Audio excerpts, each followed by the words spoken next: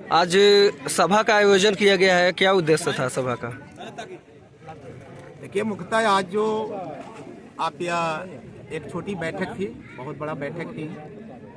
हम अपने विधानसभा हरसिद्धि के तमाम वरीय नेता और जो हमारे पंचायत स्तरीय और प्रखंड स्तरीय संगठन के साथी हैं, उनके साथ बैठने का प्रयास किया है। संगठन कैसे सशक्त करना है। और मैं एक चीज़ स्पष्ट कर देना चाहता हूं आपके माध्यम से कि मैं अपने विधानसभा के जितने भी संगठन के साथी या वरीय नेता हैं, उनसे एक मशवरा किया है कि आखिर हम 2024 में ये देश की दुश्मन भाजपा है, इसको कैसे शिकस्त देंगे, इसकी तैयारी के लिए भी यह बैठक है। और खास करके हम अपने नेताओं और संगठन के साथियों को स्पष्ट किया है कि ना हमारे नेता हौसला हारे हैं और नहीं राजेंद्र राम हौसला हारा है। निश्चित तौर पर हम जिस मजबूती के साथ पहले काम करते रहे हैं, उससे चौगुना मजबूती के साथ मेरा नेता भी बिहार के अंदर काम करने का प्रयास किया है और राजेंद्र राम भी हरसिद्धि में उसी चौगुना ताकत के साथ संगठनात्मक काम करने के लिए तैयार हुआ है। इसलिए अपने वरीय नेताओं को हम अपने आवास पर बुला करके इस मामले में सलाह लेने का प्रयास किए हैं। और निश्चित तौर पर हम एक चीज आपके माध्यम से बतला देना चाहते हैं कि माननीय नीतीश कुमार जी किस परेशानियों की वजह से गए, किस दबाव में गए और किस डर में गए, मैं नहीं जानता। लेकिन निश्चित तौर पर बिहार के हित में एक बहुत खूबसूरत सरकार बिहार के अंदर चल रही थी। युवाओं के हित में चल रही थी, बेरोजगारों के हित में चल रही थी, किसानों के हित में चल रही थी, शिक्षा और स्वास्थ्य में आमूल परिवर्तन हो रहे थे। तमाम जगह एक अजीब सा माहौल बिहार के अंदर बन रहा था। बदला हुआ बिहार, बढ़ता हुआ बिहार दिख रहा था। बिहार के को देख करके देश के अन्य राज्य जो है अनुकरण करने का प्रयास कर रहे थे। ऐतिहासिक काम हुआ।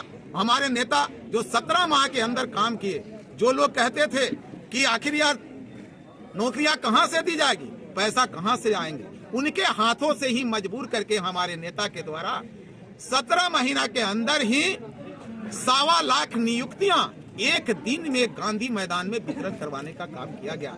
इसलिए हमारे नेता ने स्पष्ट कर दिया कि तेजस्वी जो कहता है वह करता है। और बिहार के हित में हमारे नेता जो काम किए हैं, बिहार के एक एक नौजवान दीवाना है, बिहार के एक एक किसान दीवाना है, बिहार के एक एक गरीब दीवाना है। वह तमाम लोग चाहते हैं कि बिहार के अंदर तेजस्वी की सरकार आनी चाहिए। इसलिए निश्चित तौर पर 2024 की जो चुनाव है, 2024 के चुनाव में भी बिहार के अंदर मजबूती से हम लड़ाई लड़ने का काम, हमारे नेता लड़ाई लड़ने का काम करेंगे। हम अपने नेता के नेतृत्व में बिहार के सभी सीटों पर मजबूती से साथ लड़ाई लड़ते हुए अधिक से अधिक सीट जीतने का काम करेंगे। और 2025 में यह अब कोई रोक नहीं सकता तेजस्वी जी को मुख्यमंत्री बनने से। वह निश्चित तौर पर से यह बिहार की मांग है, बिहार के गरीबों की मांग है, बेरोजगारों की मांग है, किसानों की मांग है। तमाम लोग कमर कस चुके हैं। इसलिए इसी कार्यक्रम को बेहतर तरीका से कैसे हम लेकर के गांवों तक जाएं, इसके लिए हम अपने वरीय नेताओं को बुलाए थे। और निश्चित तौर पर आपके माध्यम से हम बतला दें कि बिहार के अंदर जो खूबसूरत सरकार थी,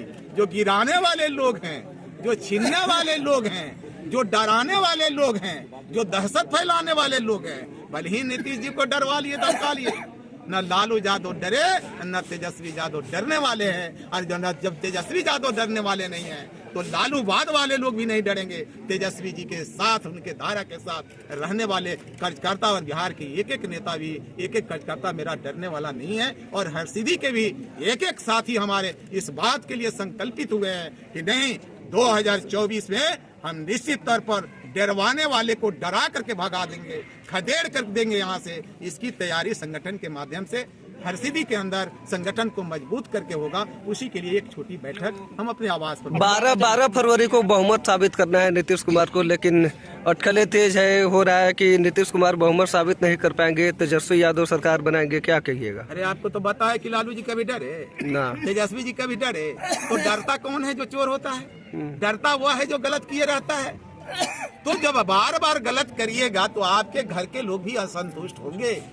तो जिन लोगों के घर में अटकलें फंसी हुई है, स्पष्ट है 12 तारीख को खेला होबे, इसलिए घबराना नहीं है। और खेला क्या कहते हैं, 12 तारीख के जो हो, लेकिन 24 और 25 का खेला मजबूती से होगा।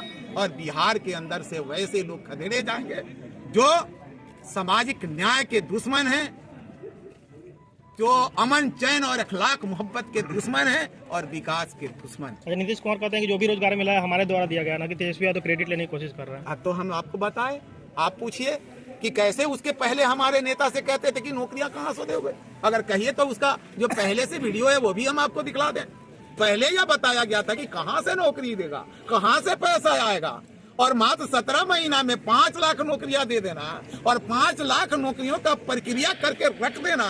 आदरणीय तेजस्वी प्रसाद यादव जी ने यह साबित कर दिया कि नहीं, इस बिहार के अंदर सभी गुण है और बिहार के अंदर सभी संसाधन है, सिर्फ इच्छा की कमी है। तो इच्छा माननीय तेजस्वी प्रसाद यादव जी के अंदर था, जो ऐतिहासिक काम करके 17 महीना के अंदर 5 लाख नौकरियां बांटी भी है और 5 लाख नौकरियों को प्रक्रियाधीन करके रखी है। और समय मिला तो देखिएगा, बिहार के अंदर जो दृश्य होगा वह इतिहास याद रखेगी और देश के लोग देखेगा। जीतन राम मांझी का कहना है कि वो मतलब से काश लगा जा रहे हैं कि वो महागठबंधन का हिस्सा होने वाले हैं, और उनका मानना है कि मंत्री परिषद उनको मिले, दो मंत्री परिषद का मांग हो रहा है। तो उनका कहना है कि अगर हम लोग का जो समाज है केवल अति पिछड़ समाज के लिए आवाज उठाएगा, मंत्री बनेगा, या बालू जो और भी जो विभाग हैं, बड़े बड़े विभाग हैं, उनको नहीं मिलता है, इस पर क्या कहेंगे? देखिए, अब इस बात पर कहना नहीं चाहते, वो हमारे बड़ी माननीय नेता हैं माननीय जीतन राम मांझी जी, लेकिन हमें शर्म-उसरोज भी लगी थी जब सदन में नीतीश जी उनके साथ जो शब्दों का इस्तेमाल कर रहे थे।